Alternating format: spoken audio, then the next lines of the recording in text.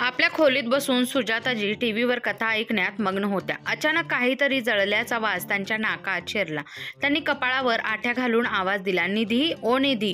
पण पलीकडून कोणताच प्रतिसाद मिळाला नाही. पण प्रत्येक क्षणागणित तो वास अधिक तीव्र होत चालला होता. मग त्यांनी जोरात हाक मारली, अरे सुनबाई, कुठे आहेस? आताही काही उत्तर आलंच नाही.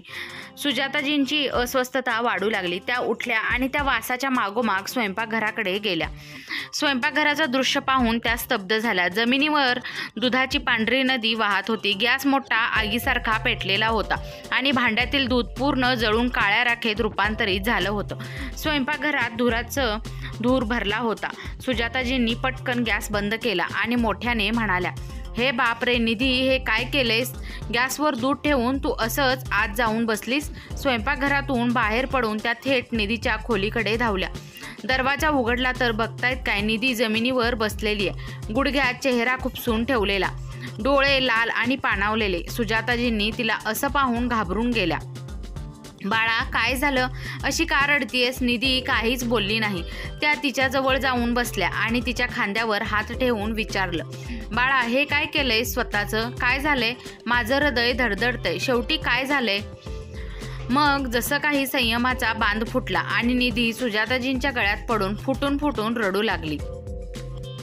खरं तर घडलं असं होतं की जवळपास अर्धा तास आधी नाश्त्याचं काम आटपून निधी आपल्या खोलीत आली होती आणि तेवढ्यातच तिचा फोन मोठ्याने वाजू लागला. आता कोणाचा फोन आलाय असं म्हणत ती फोन उचलून पाहिलं तिने.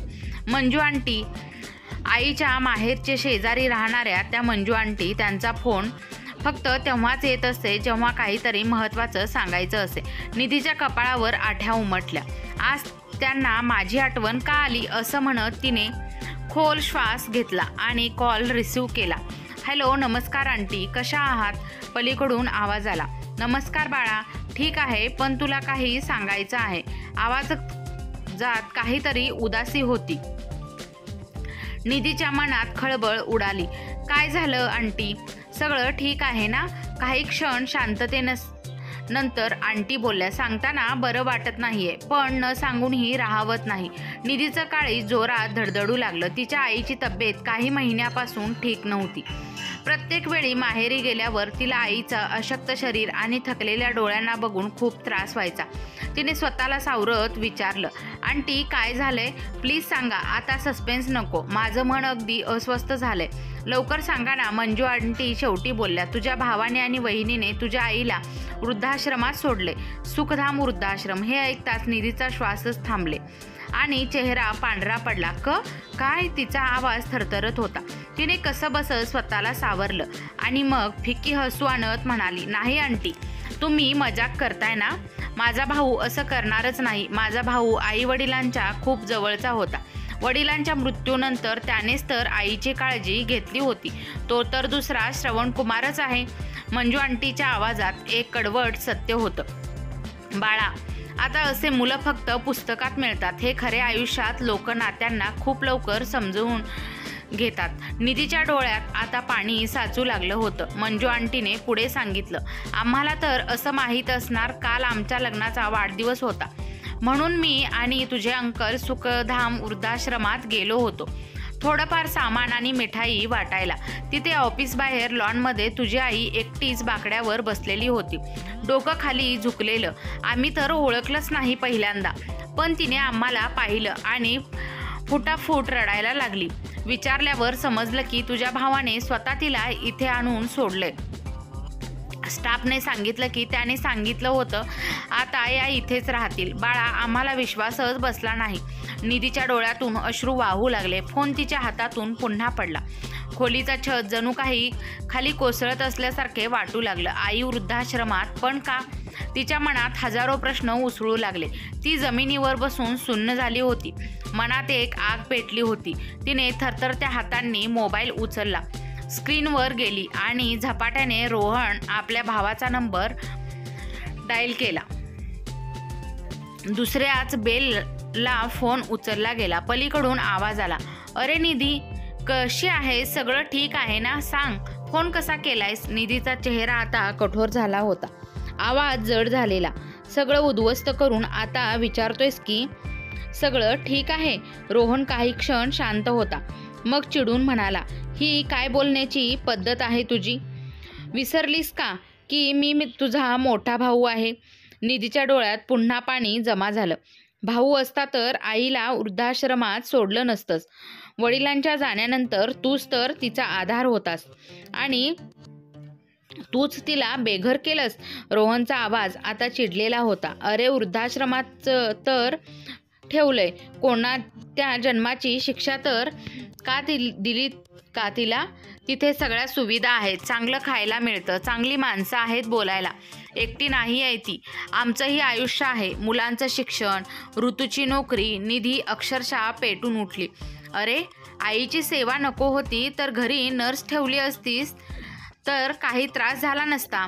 पण उपाय शोधण्याऐवजी तू तिला घराबाहेरचा रस्ता दाखवलास. तिच्या डोळ्यासमोरच घर, तिचा आशियाना, तिचं घर तिच्याकडून हिसकावून घेतलंस. वडील आधीच गेले होते, पण तुला तरी तिचं शेवटचं सुख द्यायला हवं होतं. पण तू काय केलंस? घर स्वतःच्या नावावर करून आईला रस्त्यावर आणून ठेवलंयस. लाज नाही का वाटली तुला? तिकडूनच रोहनने आवाज चढवला. मग काय करू? सारखी काही ना काही तब्येतीची तक्रार. आम्हाला शक्य नव्हतं त्यांची सेवा करायला आणि ऋतू पण त्रस्त होती. निधीच्या डोळ्यातून पुन्हा अश्रू वाहू लागले. ती म्हणाली, ज्या आईने लहानपणापासून तुझ्या प्रत्येक इच्छा पूर्ण केल्या, लाखो त्रास सहन करून तुला कधीच त्रास होऊ दिला नाही, त्याच आईला तू ओझं समजवून टाकलंस. आता रोहन पूर्णपणे चिडला होता. आता फार डोकं खाऊ नकोस. एवढंच वाटतं तर घेऊन जा स्वतः आईला, असं म्हणत त्याने फोन ठेवून दिला. फोन कट झाल्यानंतर बीप बीपची आवाज तिच्या कानात घुमत राहिला. पण आता इतर कुठलाही आवाज उरलाच नव्हता. तिचं अंतर्मन पूर्णपणे कोसळलं होतं. ती एकदम सुन्न झाली होती, जणू एखादा दगडच झाली. ती तशीच बसून राहिली, डोळे पाण्याने भरलेले, श्वास जडावलेले. स्वयंपाकघरात गॅस अजूनही चालूच होता. त्यावर ठेवलेलं दूध कधीच उकळून खाली सांडलं होतं, पण तिला त्याची खबरच नव्हती. निधीचे डोळे अश्रूंनी भरले होते आणि तिचं मन उदासी आणि संतापाच्या गोंधळात अडकलेलं होतं.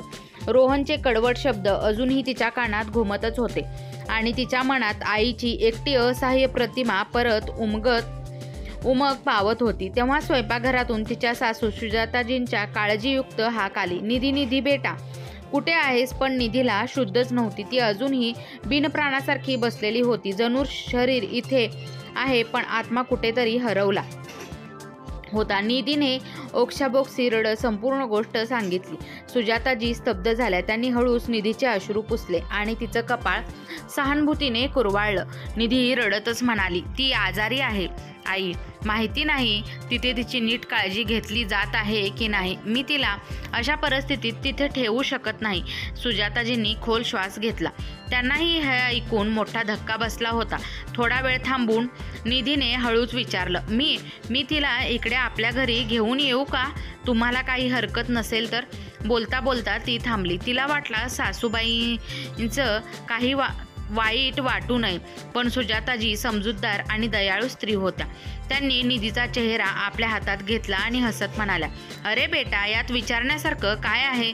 तुझ्या आईला अशा परिस्थितीत एकटी सोडता येणार नाही. आता तिला काळजीची गरज आहे. तिला इथे आणायलाच पाहिजे. निधीच्या डोळ्यात पुन्हा आशेची किरण चमकली. तिला दिलासा मिळाला की कुणीतरी तिच्या दुःखाला समजून घेते. सायंकाळी निधी, अमित आणि सुजाताजी सुखधाम वृद्धाश्रमात पोहोचले. तिथलं वातावरण एकदम उदास आणि जड होतं. जुनाट पंखे जे बहुतेक वेळा थोडीफार हवा देत होते, भिंतीवरून रंग उडालेला, जागोजागी ओलसरपणा आणि दुर्गंधी, आणि फोल्डिंग पलंगावर फाटलेली चादरी. असं बघून निधी पुन्हा सुजाताजी दोघीही हादरल्या. कोणता मुलगा आपल्या आईला अशा ठिकाणी राहायला ठेवू शकतो, असा विचार त्यांच्या मनात आला. निधीने तिच्या आईकडे पाहिलं. तिचं हृदय तुटलं. आई एका कोपऱ्यात शांत बसलेली होती, डोळे अर्धवट मिटलेले, शरीर थकलेले. पण निधीला पाहताच त्यांच्यात जणू नवसंजीवनी आली. निधीच्या डोळ्यातून अश्रू वाहू लागले. आई! ती धावत जाऊन त्यांच्या मिठीत शिरली. आईने एक अशक्तशी स्मित केली. निधीने उशीर न करता सर्व औपचारिकता पूर्ण केली आणि आईला वृद्धाश्रमातून आपल्या घरी घेऊन आले. रस्त्यात आई शांतच राहिल्या, फक्त निधीचा हात घट्ट धरून होता. सुजाताजींनी आधीच त्यांच्यासाठी सर्व तयारी केली होती. पाहुण्यांच्या खोलीत बिछाना लावलेला होता. स्वच्छ चादर, मऊशार उशी आणि टेबलावर लागणाऱ्या वस्तू व्यवस्थित ठेवलेल्या होत्या. शांतीदेवी खोलीत आल्या तेव्हा थोड्या संकोचल्या. मनात एक हलकासा भार होता. मुलीच्या सासरी राहणं काही सोपं नसतं असा विचार मनात आला. पण वृद्धाश्रमातील टिनाच्या छताखालील उग्रवास, बेफिकीर कर्मचारी यांच्या संतुलनेत हे घर त्यांना मंदिरासारखंच वाटलं. त्यांनी ईश्वराची इच्छा मानून नियती स्वीकारली. दिवस सरत गेले. निधी आणि सुजाताजींनी शांतीदेवीची सेवा करताना काहीही कमी पडू दिलं नाही. सुजाताजी दररोज सकाळी लवकर उठून शांतीदेवींसाठी त्यांच्या आवडीचा नाश्ता बनवायच्या. सौम्य मसाल्याची पातळ खिचडी आणि डाळिया. हे सगळं बघून निधी म्हणायची, मी माझ्या आईचीही इतकी काळजी घेत नाही जितकी माझ्या सासूबाईंनी घेतली. आता दोघी वृद्ध एकत्र बसून गप्पा मारायच्या, जुन्या आठवणी शेअर करायच्या, कधी एखादा भजन गुणगुणायच्या. अमित, निधीचा नवरा, ऑफिसवरून येताना आईच्या औषधांची चौकशी करायचा विसरत नसे. आईच्या खोलीत नेहमी कुणीतरी असायचंच. कधी निधी, कधी मुलं. इथे शांतीदेवींना एकटेपणाचं ओझं जाणवतच नव्हतं. त्यांच्या डोळ्यात पुन्हा एक चमक परतली होती.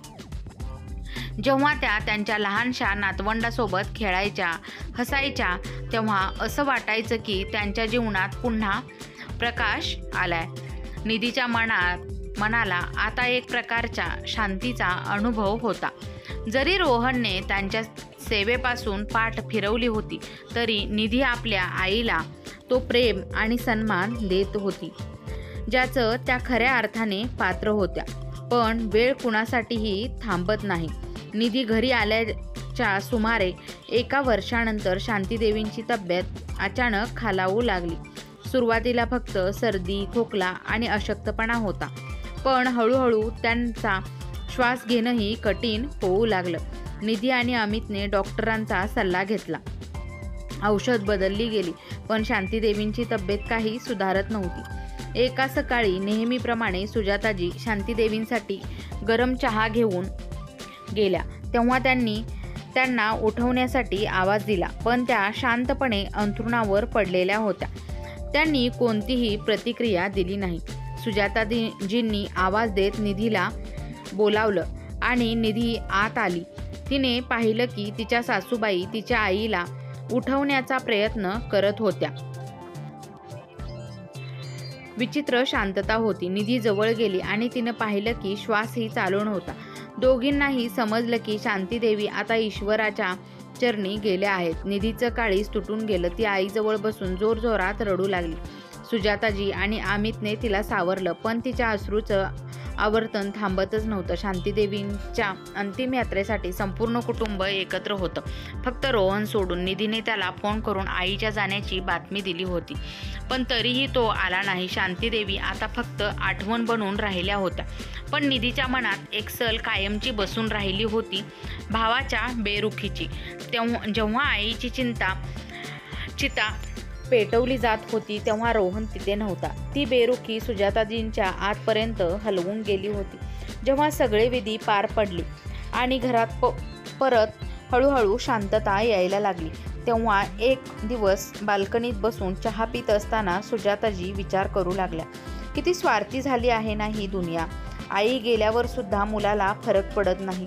पण जेव्हा त्यांची नजर समोर बसलेल्या अमितवर गेली, जो लॅपटॉपवर काहीतरी काम करत होता, तेव्हा त्यांच्या मनात एक सुकून पसरला.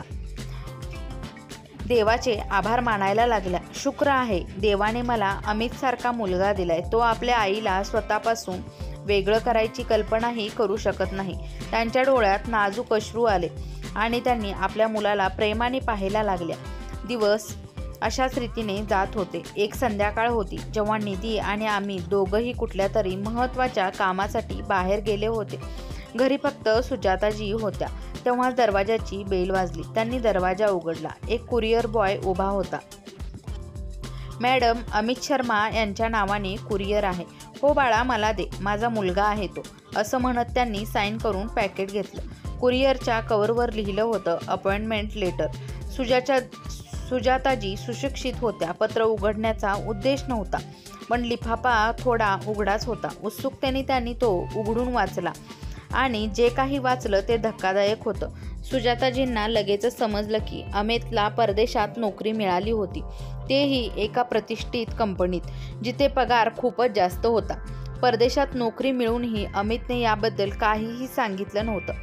सुजाताजी आश्चर्यचकित होऊन बोलल्या, माझ्या मुलाने मला इतकी मोठी गोष्ट सांगितली सुद्धा नाही. त्याने पॅकेट सावधपणे जसा होता तसाच परत ठेवला आणि मुलगा आणि सुनेच्या खोलीत जाऊन बाजूच्या टेबलवर ठेवून दिला. रात्री जेव्हा अमित आणि निधी घरी परतले तेव्हाही काही चर्चा झाली नाही. ना अमितने काही सांगितले ना निधीने. सुजाताजींनाही काही विचारलं नाही. मनात एक आशा होती की आता मुलगा येईल आणि सगळी गोष्ट सांगेल, पण ते दोघं आपल्याच विश्वात मग्न होते. माझा मुलगा आता इतका दूर गेला आहे का की इतकी मोठी बातमीसुद्धा मला सांगत नाही. सुजाताजींच्या मनात हे विचार घोंगावत होते. पुढचे 2-4 दिवस त्यांना जाणवलं की काहीतरी कुजबूज सुरू आहे या दोघांमध्ये. बोलताना ते दरवाजा हळूच बंद करत आणि सुजाताजी काही विचारल्यास लगेच विषय बदलत. सगळ्या गोष्टी स्पष्टपणे दाखवत होत्या की काहीतरी लपवलं जाते. पण सुजाताजी शांत राहिल्या. मुलांना थोडं स्पेस द्यायला हवं असं त्यांनी स्वतःला समजावलं. पण आईचं हृदय सगळं जाणवत होतं आणि आता त्यांच्या मनात एक भीती घर करू लागली होती. माझा मुलगाही आता माझ्यापासून दूर होऊ लागला आहे. सुजाताजींच्या मनात बेचैनीचं वादळ उठत होतं. अमितची प्रगती आणि परदेशातील नोकरीचं अपॉइंटमेंट लेटर त्यांच्या डोक्यात पुन्हा पुन्हा फिरत होतं. माझ्या मुलाने मला का नाही सांगितलं, त्या विचार करतच होत्या. तेव्हाच निधीचा आवाज त्यांच्या कानावर पडला. मी तर म्हणते एकदा आईजींना घेऊन जाऊन दाखवूनच टाका. शेवटी त्यांनाच पुढे बघायचं आहे. सुजाताजी क्षणभर थबकल्या. हे कोणत्या विषयाबद्दल बोलत आहेत? त्यांच्या मनात प्रश्नांचा भंवर उठू लागला. तेव्हाच अमितचा आवाज आला, बरोबर बोलतेस, एकदा आईजींना तिकडे घेऊन दाखवून देतो. सुजाताजी दाराच्या बाहेर उभ्या होत्या. प्रत्येक शब्द त्यांच्या कानामध्ये स्पष्टपणे पोहोचतच होता. त्यांचं हृदय जोरात धडधडू लागलं. त्या समजून घेऊ शकत नव्हत्या की नेमकं चाललंय तरी काय, पण त्यांच्या मनात एक विचित्र शंका टोचत होती. लवकर स्वतःला सावरत त्यांनी जवळच्या फर्निचरवर कपड्याने धूळ झाडायचं नाटक सुरू केलं, जेणेकरून कोणाला संशय येऊ नये. तेवढ्यातच अमित खोलीतून बाहेर आला. सुजाताजींना पाहून तो हसला आणि म्हणाला, आई लवकर तयार हो, जा. का रे बाळा? सुजाताजी थोड्याशा आश्चर्याने आणि थोड्याशा घाबरतच विचारलं. अमितने बेफिकिरीने उत्तर दिलं, आई खरं तर एक नवीन वृद्धाश्रम उघडालय, तिथे सगळ्या सुखसोयी आहेत. मी विचार करत होतो एकदा तुला घेऊन जाऊन दाखवतो. काही कमतरता वाटली तर सांग. मुलाच्या तोंडून वृद्धाश्रम हा शब्द ऐकताच सुजाताजींना जणू धक्काच बसला. त्यांचं हृदय जोरात धडधडू लागलं आणि असं वाटलं की त्यांच्या पायाखालची जमीनच सरकली आहे. काय अमितसुद्धा त्यांना वृद्धाश्रमात सोडायचा विचार करत होता, जसं रोहनने शांतीदेवींसोबत केलं होतं? त्या काही बोलणार इतक्यात त्यांचा 5 वर्षाचा नातू गोलू धावत आला आणि उत्साहाने म्हणाला, मी सुद्धा जाणार आहे तुमच्यासोबत. दादीला कुठं घेऊन जाताय? मलाही जायचंय. निधी खोलीतून बाहेर आली आणि गोलूला उचलून हलकसं झिडकारत म्हणाली, बाळा तुझं तिथं काही काम नाही, तू घरीच राहा. पण गोलू हट्टाला पेटला, नाही मी पण जाणार, असं तर तो जोरजोरात म्हणू लागला. निधीने समजावलं, अरे बाबा आजी उद्या जाणार आहेत वृद्धाश्रम, आज फक्त दाखवायला घेऊन चाललोय. गोलूने निरागसतेने विचारलं, वृद्धाश्रम म्हणजे कोणती जागा असते? अमितने प्रेमाने त्याच्या डोक्यावरून हात फिरवत सांगितलं, बेटा ही एक छान जागा असते जिथे वयोवृद्ध लोक राहतात, असे ज्यांना कोणी आधार नसतो. त्यांना अजूनही विश्वास बसत नव्हता की हे शब्द त्या मुलांच्या तोंडून ऐकत तोंडून येत आहेत, ज्याला योग्य आणि सुसंस्कारित बनवण्यासाठी त्यांनी आयुष्यभर कष्ट केलं होतं. त्यांच्या पायाखालची जमीन खरंच सरकली होती. डोकं जड झालं, डोळ्यासमोरून धुंदी पसरली. जवळच ठेवलेल्या सोफ्याला धरून त्यांनी कसाबसा स्वतःला सावरलं आणि हळूहळू बसल्या. मग स्वतःशीच बोलून मोकळ्या झाल्या. नाही, मी नाही जाणार वृद्धाश्रमात. भले इथे एकटी राहीन, मेलं तरी हाडांचा कंकाल बनून पडलं तरी चालेल, पण वृद्धाश्रमात नाही जाणार. आणि जसं त्यांनी डोळे मिटले तसं संपूर्ण भूतकाळ वादळासारखा त्यांच्यासमोर फिरून गेला. त्यांच्या डोळ्यात एक रिकामी नजर होती, पण मन भूतकाळाच्या खोल गर्देत बुडू लागलं होतं. तेव्हा त्यांच्या लग्नाला फक्त 12 वर्ष झाली होती. अमित 11 वर्षाचा होता आणि त्यांची मुलगी राधा 10 वर्षाची. तो दिवस जेव्हा त्यांच्या नवऱ्याचा अचानक मृत्यू झाला होता, सुजाताजींना आतून हादरवून गेला होता. तो क्षण रात्रीची झोप आणि दिवसभराचं समाधान हरवून बसलं होतं. एकच प्रश्न त्यांच्या मनाला पोखरत होता, या लहानग्या मुलाचं पालनपोषण कसं होणार? तेव्हापर्यंत त्यांच्या नवऱ्याचं म्हणजे दीनदयालजींचं पुश्तैनी जमिनीचं वाटपही झालेलं नव्हतं, जे विकून ते गुजरणा करू शकल्या असत्या. आपल्या मुलांच्या निरागस चेहऱ्याकडे पाहून त्यांचं काळीज तुटायचं. पण हेच मूल त्यांची प्रेरणा ठरली. सुजाताजींनी हार मानली नाही. त्यांनी एक खाजगी शाळेत नोकरी सुरू केली. पगार फारसा नव्हता, पण जिद्द मोठी होती. त्यांनी दिवसरात्र मेहनत केली. शाळेनंतर घरी ट्युशन घेऊ लागल्या. सकाळी मुलांना शाळेत पाठवून दिवसभर शाळेत शिकवणं, संध्याकाळी ट्युशन आणि रात्री घरकाम. शरीर थकून जायचं, पण मुलांची हसरी तोंड पाहून सगळा थकवा नाहीशी व्हायचा. अमित आणि राधा त्यांच्या आईच्या मेहनतीचं पूर्ण भान ठेवत होते. अमित लहानपणापासूनच आईला मदत करू लागला. आई काम करताना दिसली की कधी भांडी धुणं तर कधी साफ करणं, सगळं मदतीने करत असे तो. एक दिवस जेव्हा सुजाताजी रात्री उशिरा ट्युशन घेऊन परत आल्या आणि दमून गेल्या होत्या, तेव्हा अमितने त्यांच्या खांद्यावर हात ठेवून म्हणलं होतं, आई, जेव्हा मी मोठा होईन आणि कमवायला लागेन ना, तेव्हा तुला अजिबात काम करायला नाही देणार. तू फक्त आराम कर. त्या निरागस शब्दांनी सुजाताजींच्या चेहऱ्यावर हसू फुललं होतं. माझा लाल, तू किती समजूतदार आहेस. वेळ निघून गेला आणि अमितने आपल्या आईला दिलेलं वचन पूर्ण केलं. त्याच्या मेहनतीला यश मिळालं आणि त्याला एक चांगली नोकरीही मिळाली. मग सुजाताजी स्वतःशीच बोलू लागल्या, खरं तर आपलं जुनं घर लहान नव्हतं, पण मुलाने हट्ट केला की चांगल्या कॉलनीत घर घ्यायचं, म्हणून मीही म्हटलं की खरं बोलतोय. माझ्या नावावर असलेलं जुनं घर विकलं, वर्षानुवर्ष केलेली बचतही वापरली आणि हे नवीन घर घेतलं आणि मग घराची रजिस्ट्री मुलाच्या नावावर करून टाकली. नातेवाईकांनीही समजावलं होतं की सगळं काही मुलाच्या हवाली करू नकोस, पण मी नाही मानलं. वाटलं आज नाही तर उद्या सगळं मुलाचंच होणार आहे. त्यानंतर राधाचं लग्न एका सन्मानीय कुटुंबात झालं आणि मग अमितचं लग्न निधीशी झालं. निधीनेही सुजाताजींना आईचा मान दिला आणि त्यांच्या घरात आनंदाची बरसात झाली. अमितने आपल्या गुणवत्तेच्या जोरावर नोकरीत एकामागोमाग एक प्रगती साधली आणि प्रत्येक वेळी सुजाताजींचं छाती अभिमानाने फुलून यायचं. त्यांच्या जीव तोड मेहनतीचं फळ म्हणजे तो महिन्याला लाखो रुपये कमवू लागला आणि एका मोठ्या कंपनीत उच्च पदावर काम करू लागला.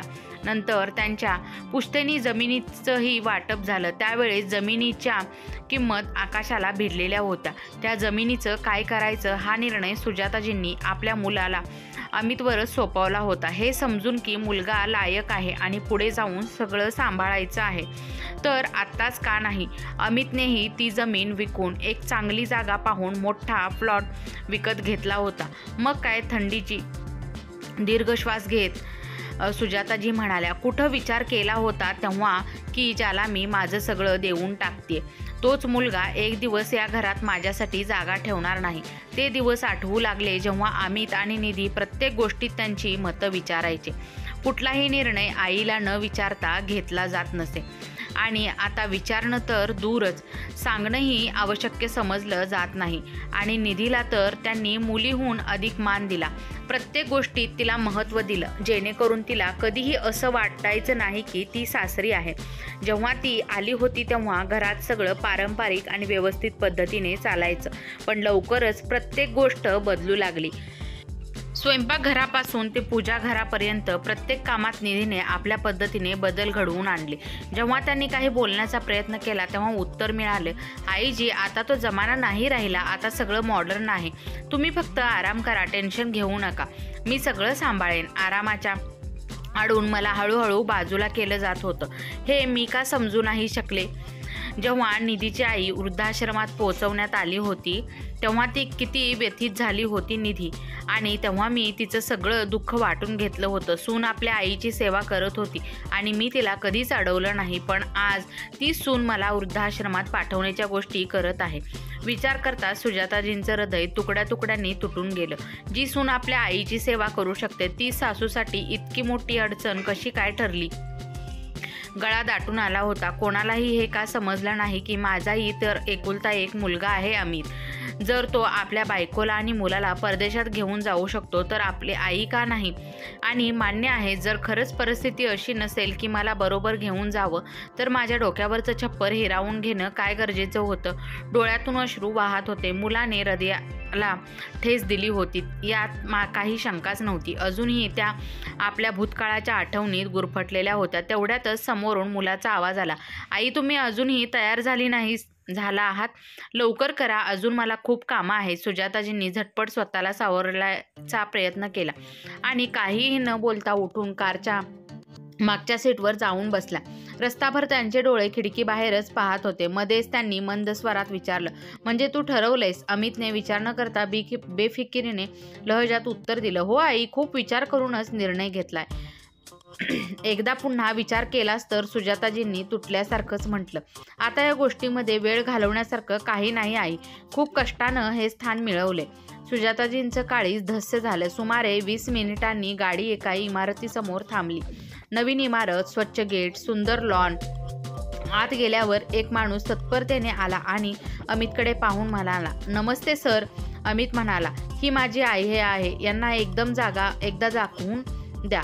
या माताजी, तो नम्रपणे म्हणाला. मग त्याने सुजाताजींना आश्रमात फिरवून दाखवलं. सांगितलं की वृद्धांसाठी मोठा टीव्ही लावलेला आहे, सर्वांसाठी औषधांची व्यवस्था आहे, योगा क्लासेसचं विशेष नियोजन आहे आणि जर कोणत्याही वृद्धाला काही हवं असेल तर सांगावं. सगळ्यात महत्त्वाचं म्हणजे वृद्धांनी काहीही वस्तू आणायची गरज नाही, सर्व काही आश्रमातच पुरवलं जाईल. इथे सगळ्या सुविधा आहेत माताजी, काहीच कमी नाही, मॅनेजरनं सांगितलं.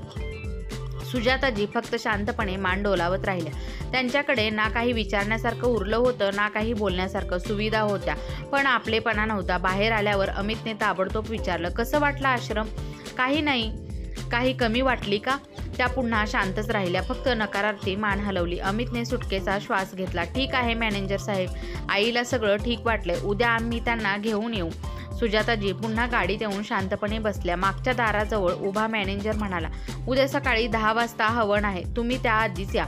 गाडी सुरू झाली आणि सुजाताजींचे डोळे पुन्हा बाहेरच पाहत राहिले. संपूर्ण रस्ता सुजाताजी एक शब्दही बोलल्या नाहीत. डोळ्यात आलेल्या अश्रूमुळे गाडीच्या खिडकीतून बाहेर दृश्य धुसर होत चाललं होतं. घरी पोहोचताच त्या एकही शब्द न बोलता थेट आपल्या खोलीत गेल्या आणि पलंगावर झोपून राहिल्या. मनात आलं की फुटफुटून रडावं, आपल्या छातीत दडपलेल्या वेदनांना किंकाळीत व्यक्त करावं. पण आता समजून गेल्या होत्या की त्यांच्या आयुष्याचा निर्णय घेतला गेला आहे. त्या कितीही विरोध केला तरी होणारं तेच अमित आणि निधीने ठरवलंच आहे. म्हणून त्या शांत राहिल्या. मनातल्या मनात स्वतःशी म्हणाल्या, ठीक आहे, वृद्धाश्रम तरी स्वच्छ आहे, सुविधा पण चांगल्या आहेत.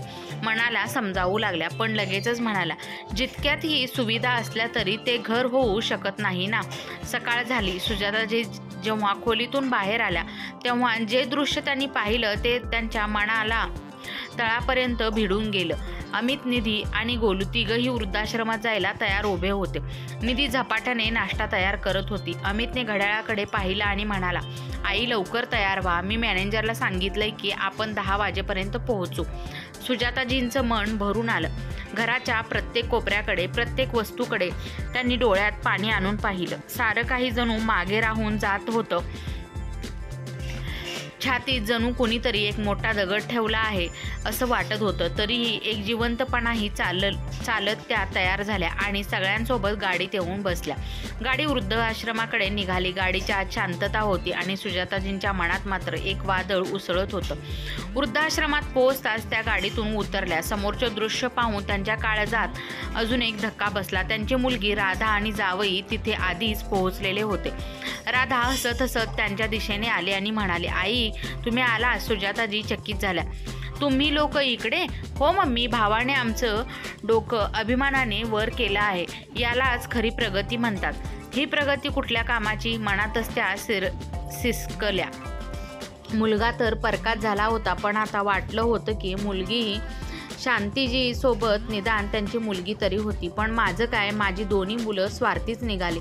तेवढ्यातच गोलू त्यांच्या साडीचा पदर पकडून म्हणाला, आजी आज चल ना. त्याचा निरागस आवाज त्यांच्या वेदनांना अधिकच खोल करत होता. पण सुजाताजींचे पाय जणू तिथेच थिजून गेले होते. तेवढ्यात वृद्धाश्रमातले 4-5 वृद्ध समोर आले. सुजाताजींचं मन गलबलून गेलं.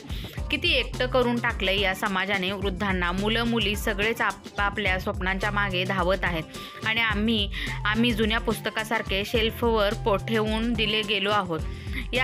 त्या 4ही बाजूंनी पाहू लागल्या. अरे सगळे कुठे गेले? तेवढ्यात मॅनेजर हसत आला. या माताजी आत या. तो त्यांना घेऊन हॉलमध्ये गेला आणि तिथे हॅपी बर्थडे टू यू. संपूर्ण हॉल टाळ्यांनी दुमदुमला. हॉल सजवलेला होता. फुगे, रोषणाई, फुलं आणि एक मोठा केक. त्यांचा मुलगा, सून, मुलगी, जावई सगळे तिथेच होते. अमित हसत हसत जवळ आला. आई तुम्हाला तुमचा वाढदिवस आठवत नाही नेहमी, पण यावेळी आम्ही ठरवलं की तुम्हाला आयुष्याचं सगळ्यात खास गिफ्ट द्यावं. सुजाताजींनी थरथरत्या हातांनी केक कापला. गोलूने त्यांना पहिला तुकडा भरवला.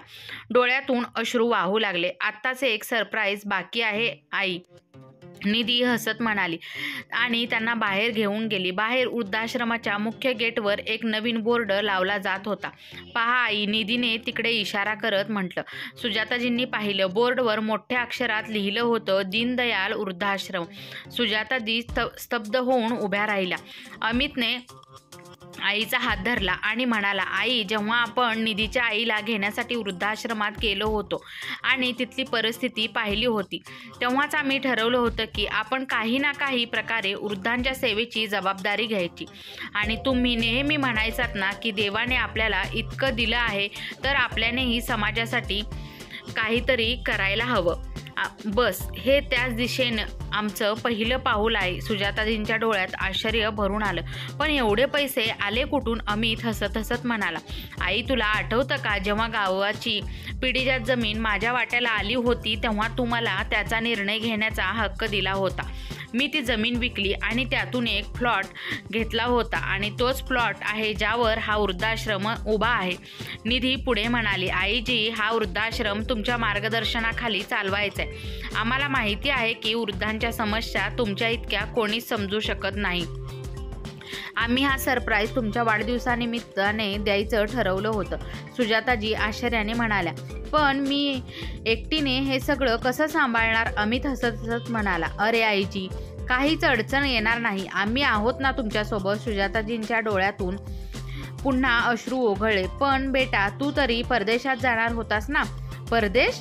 कोणी सांगितलं तुम्हाला? अमित आश्चर्याने म्हणाला. तेव्हा सुजाताजी म्हणाल्या, तुझं अपॉइंटमेंट लेटर मी वाचलं होतं. अमितने त्याच्याकडे पाहिलं आणि नरम आवाजात म्हणाला, आई तो लेटर नक्कीच आला होता.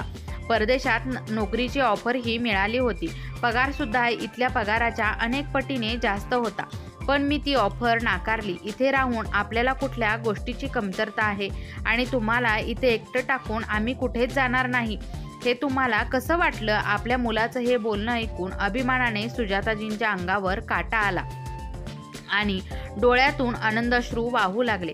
त्यांनी अमित आणि निधीला मिठीत घेतलं. राधा आणि जावईही जवळ आले आणि गोलू आपल्या आजीच्या मांडीवर चढला. कुटुंबातल्या लोकांचं हे प्रेम पाहून आजूबाजूला उभे असलेले वृद्ध आणि कर्मचारी टाळ्या वाजवू लागले. त्यांच्या डोळ्यात सुद्धा पाणी आलं होतं. सर्व वृद्धांच्या मनात एकच विचार उमटला, काश आपल्यालाही अमितसारखा मुलगा लाभला असता. वृद्धाश्रमात टाळ्यांचा गडगडाट गुंजू लागला आणि त्याच वेळी सुजाताजींनी आकाशाकडे पाहिलं आणि मनातल्या मनात म्हणाल्या, कदाचित वर कुठेतरी अमितचे वडील हे सर्व पाहून हसत असतील.